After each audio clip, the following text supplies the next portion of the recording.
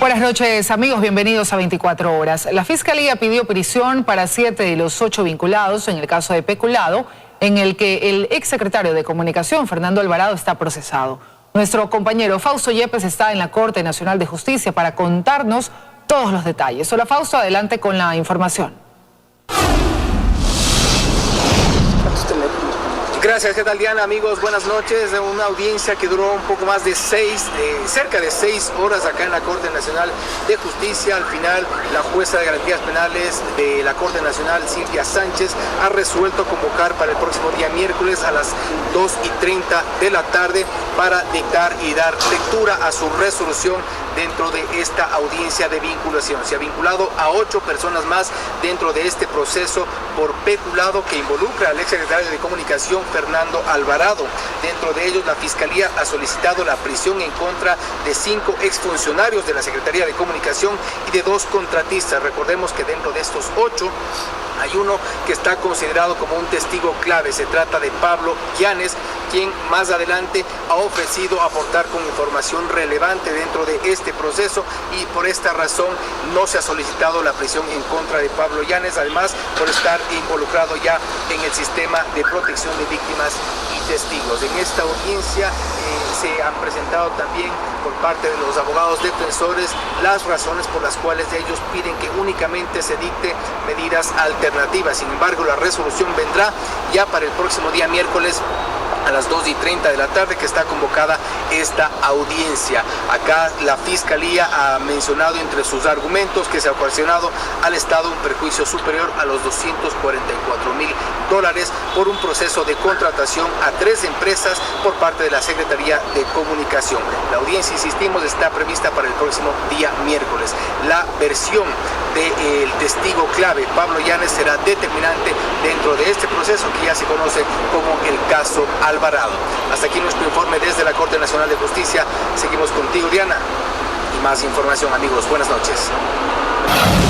Buenas noches, Fausto. Gracias. Y los asambleístas escucharon a la ministra del Interior y al comandante de la Policía Nacional, quienes expresaron que el tema del monitoreo de los dispositivos de vigilancia electrónica depende del Ministerio de Justicia. Fue el segundo día que el Pleno se reunió para escuchar a las autoridades sobre la fuga de Fernando Alvarado. Desde el Ministerio del Interior dicen que el control de los grilletes no pasa por sus manos. Únicamente en la fase de intervención se establece la participación de la institución policial, y no de forma directa, sino que a través del ECU 911. Mientras que las otras fases son responsabilidad directa del Ministerio de Justicia, especialmente la fase de monitoreo. Y esto significa que los operadores reciben la alerta y deciden si comunicarse con la Policía Nacional y hacerle un pedido específico. Romo por repetidas ocasiones sostuvo que no hay registro de que haya salido por algún punto migratorio del país, pero en la Asamblea dieron una información sobre su posible paradero. El 19 de octubre de este año, a las 5:22 de la tarde, salió su hijo, Alvarado Echeverría José Francisco. El 20 de octubre sale desde Cúcuta hacia Venezuela. Inteligencia de la Policía Nacional es un subsistema para prevenir alertas de seguridad pública en términos generales, y solamente puede hacer una investigación o el seguimiento de un ciudadano cuando ha recibido una orden judicial para hacerlo. Hubo quienes se quedaron con dudas sobre las responsabilidades de las autoridades. Es un sistema tan descoordinado que la Fiscalía hace una cosa, la jueza hace otra, el Ministerio de Justicia lo que le da la gana, el del Interior no sabe. Si Fernando Alvarado terminó saliendo del país, sigue siendo parte de su responsabilidad en términos políticos, señora ministra. La sesión se suspendió tras 2 horas de comparecencias. Esta sesión continuará este martes con 3 comparecencias, la del secretario de Comunicación, la del director del ECU 911 y también la del coordinador de inteligencia estratégica. Ellos dirán qué acciones u omisiones se tomaron respecto a la fuga de Fernando Alvarado. En Quito, Andrea Samaniego, 24 horas. La jueza Karina Martínez negó por improcedente la acción de protección presentada por Julian Assange en contra del Estado ecuatoriano. Según Procuraduría, se logró demostrar que el Ecuador ha velado por los derechos del fundador de Wikileaks durante su asilo de 6 años. Como un gobierno con algunas debilidades que se deja influenciar de los Estados Unidos. Así se expresó el fundador de Wikileaks, Julian Assange, respecto al Ecuador. Lo hizo en medio de su intervención para fundamentar la acción de protección en contra del canciller José Valencia y el procurador general del Estado, Íñigo Salvador. Aunque argumentó que el Ecuador le está coartando sus derechos, la jueza de la Unidad Judicial Civil, Karina Martínez, negó este recurso por declararlo improcedente y señalar que por encima de los derechos individuales están los derechos en conjunto. Ecuador es un Estado soberano y que dicta sus normativas y sus regulaciones sobre la base del interés público y no sobre ningún tipo de intereses de potencias extranjeras. Hay situaciones que nos preocupan y es el tema del protocolo cuando se amenaza cualquier tipo de transgresión con la terminación del asilo. La defensa del periodista australiano pretendía dejar sin efecto el protocolo especial de visitas, comunicación y atención médica que determina varias normas de conducta dentro de la sede diplomática. Si bien declararon que Assange no tiene acceso a Internet, según el Estado ecuatoriano, fue él quien se negó a conocer la clave de conexión inalámbrica. Entonces lo que se ha dicho... ¿Tiene su propia conexión de Wi-Fi? Una conexión segura, más que su propia conexión. Es una conexión segura. ¿Qué va a pasar? Obviamente. Sin embargo, Cancillería insiste que se adecuó la embajada para garantizar sus derechos, pues de los 170 metros cuadrados que tiene la sede, 75 los ocupa Assange, además de un gasto que bordea el $1.000.000 por año para su permanencia. Más de 6 millones, así es. Si el señor Assange así lo desea y se atiene a las normas, puede quedarse en la Embajada del Ecuador en Londres todo el tiempo que desee. La defensa de Julian Assange asegura que presentará una apelación, por lo que la causa deberá volver a sortearse para su ratificación o rechazo, esta vez en la Corte Provincial. En Quito, Daniela Valencia, 24 horas. El Consejo de Participación Transitorio conformó la comisión técnica que se encargará de verificar los requisitos e inhabilidades de los miembros de las ternas enviadas para la conformación del Consejo de la Judicatura Definitiva. El 17 de octubre pasado finalizó el plazo adicional para revisar las ternas enviadas por la función ejecutiva, legislativa, de la Corte Nacional de Justicia, de la Fiscalía y la Defensoría Pública, plazo para el que la Fiscalía cambió todos los nombres. La Corte y la Defensoría Pública cambiaron uno, mientras el Ejecutivo y la Asamblea mantuvieron a sus 3 candidatos. Tendrá que examinar si los nuevos candidatos reúnen o no los requisitos legales, porque no podemos prescindir ni de los requisitos que fija la Constitución ni de los requisitos que fija la ley. Y esas hojas de vida pasarán ahora a manos de la comisión técnica que se conformó este lunes con 3 delegados del Pleno del Consejo de Participación Transitorio y un veedor ciudadano que se eligió por sorteo del Banco de Elegibles previamente conformado. Estaría conformada por Santiago Obregón Calderón, por Guido Quesada y por el doctor Douglas Torres, y como veedor el señor Carlos Efraín Sierra. Todos ellos hasta el próximo lunes deberán remitir un informe al Pleno del Consejo de Participación Transitorio sobre quienes cumplieron los requisitos para que luego del escrutinio ciudadano finalmente los consejeros puedan elegir a los futuros miembros del Consejo de la Judicatura Definitivo. Tienen 3 días para hacer la revisión de los requisitos, es decir, 3 días hábiles. Pero obviamente desde el momento en que se convocan, porque tienen que nombrar de allí a un coordinador y a un secretario. Mientras tanto, el proceso de designación de los consejeros nacionales electorales avanza. De la lista de 14 aspirantes, los consejeros privilegiarán a aquellos que provienen de partidos políticos y de la sociedad civil. Que 3 sean designados por su filiación política, por los partidos más votados, y además 2 consejeros deberán integrar por candidatos provenientes de las organizaciones de la sociedad civil. De igual forma transcurren los plazos y actividades para la designación de los futuros jueces de la Corte Constitucional. En Quito, Freddy Paredes, 24 horas. El ex canciller Ricardo Patiño llamó a una resistencia combativa contra el gobierno de Lenín Moreno. Contradictoriamente, fue precisamente en la administración de Rafael Correa, en la cual cientos de personas fueron apresadas por terrorismo, sabotaje y resistencia. Sus palabras fueron claras. Cambiamos la estrategia de resistencia pasiva y organizada a la resistencia combativa. ¡Combativa! No vamos a dar papaya tampoco.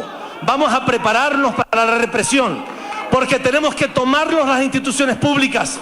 Tenemos que cerrar los caminos. Así el ex canciller Ricardo Patiño les daba direcciones a quienes lo escucharon este fin de semana en Latacunga. Advertía que desde la próxima semana se tomarán carreteras, instituciones públicas y privadas, y no precisamente de forma pacífica. Pues dijo, ya están capacitados para responder de esta forma. ¡Que nos cojan presos, carajo! No les tenemos miedo. En este mismo discurso reconoció que el gobierno de Correa, su líder, rechazaba estos actos. Por terrorismo, sabotaje o resistencia, fueron sentenciados quienes participaron en protestas en contra del gobierno anterior. Esto lo decía el propio expresidente en septiembre del 2015. Cerrar carreteras también es delito, duela a quien le duela, aquí y en cualquier parte del mundo. Nadie puede estar sobre la ley. Hay delitos evidentes. Que la policía use la fuerza para proteger el bien público es un derecho del Estado, es un derecho constitucional, no es delito. Que esta gente use la fuerza contra la policía, ese es el delito, por favor. En una ocasión incluso aseguró que quienes protestaban intentaban dar un golpe de Estado. Pero cuidado, Samilana, los jueces. Cuidado, en base a esa presión, volvemos a la justicia del tumulto y todo esto queda en impunidad. Y se demostró la firmeza de sus palabras. En el 2010 vimos a 5 campesinos detenidos en Cuenca por su rechazo a la ley de agua. En marzo del 2012, los 10 de Luluncoto. En septiembre del 2014, los estudiantes del Colegio Mejía detenidos en una manifestación en Quito. En septiembre del 2015, los 26 de Saraguro y otros 15 capturados más en diciembre de ese mismo año. Solo desde las confederaciones indígenas hablaban de 189 detenidos en protestas durante el gobierno de Correa. Patiño, quien hoy encabeza la llamada resistencia combativa en contra de Lenín Moreno, en la administración de Correa fue ministro de Economía, de Relaciones Exteriores y de Defensa. A los 4 meses del gobierno de Correa aparecían los pativideos, donde el protagonista era precisamente Patiño. Lo veíamos tramar lo que sería una manipulación al mercado. Por este movimiento, sus acompañantes, tenedores de bonos, podrían haberse beneficiado de 50 millones de dólares. Patiño iba a ser llamado a juicio por este tema en el Congreso Nacional, pero esto no prosperó. En el 2012, como ministro de Relaciones Exteriores, aparecía en cambio la narcovalija. La policía italiana encontró 10 paquetes de droga en una valija diplomática. La Contraloría determinó que la falla vino desde la Cancillería.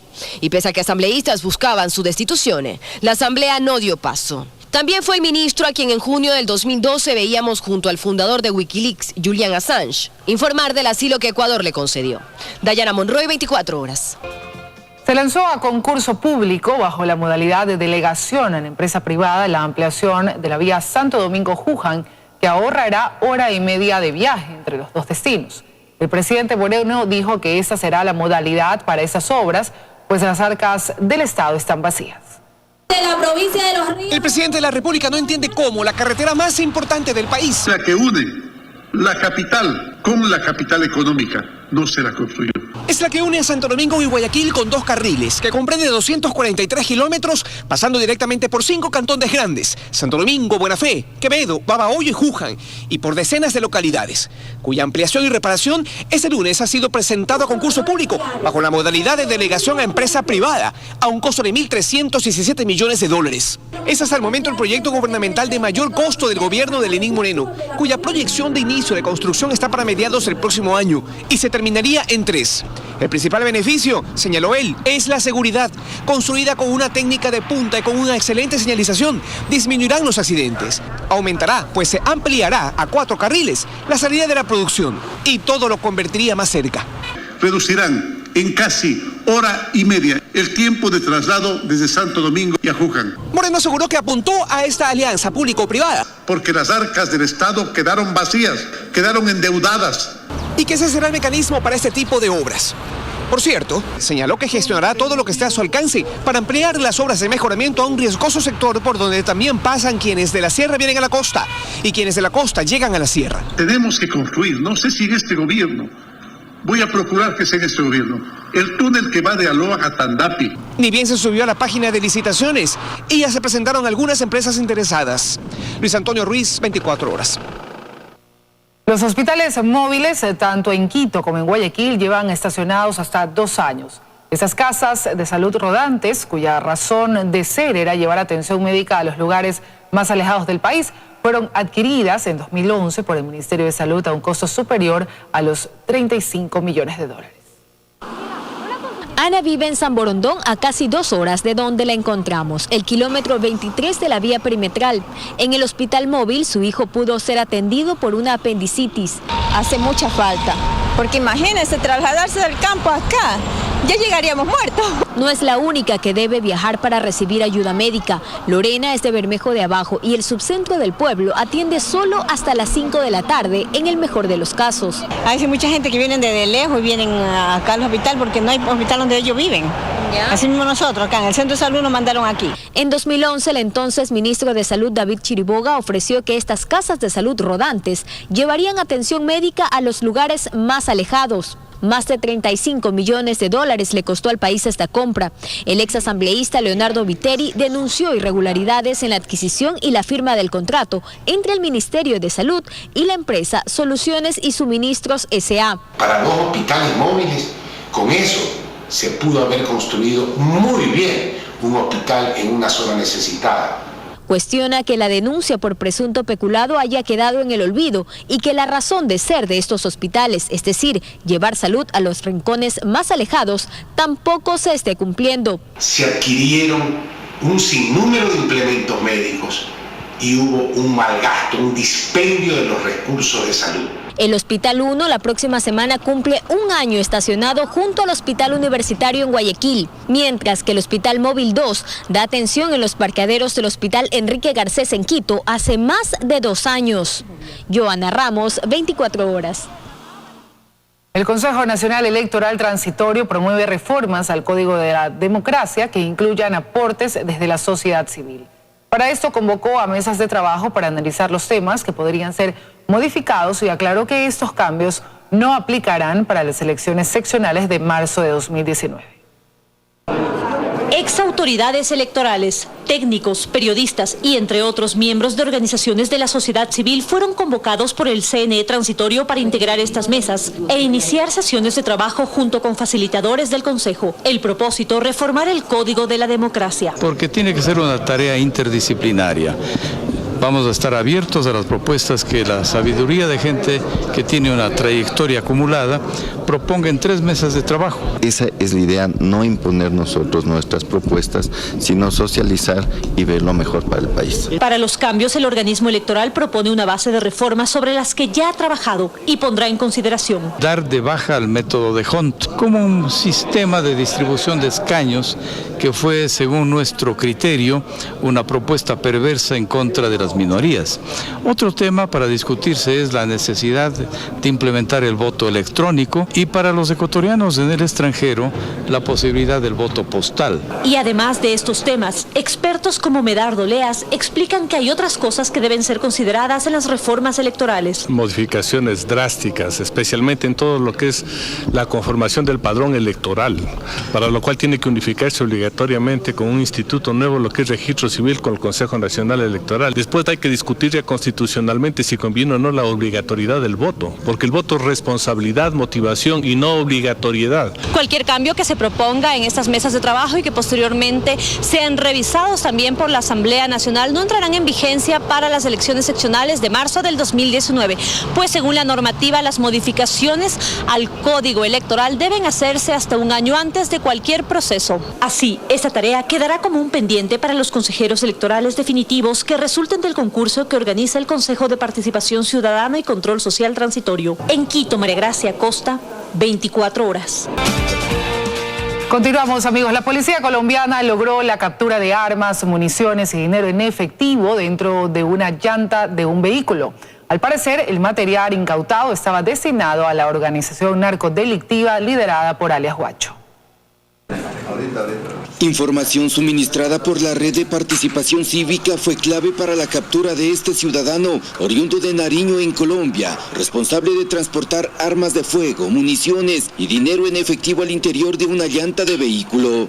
375 millones de pesos, 200.000 dólares, 9 pistolas calibre 9 milímetros con sus respectivos proveedores, 1000 cartuchos. El material fue incautado en el municipio de Llorente, donde se detuvo la marcha de un camión de placas colombianas que transportaba material de construcción para burlar los controles policiales.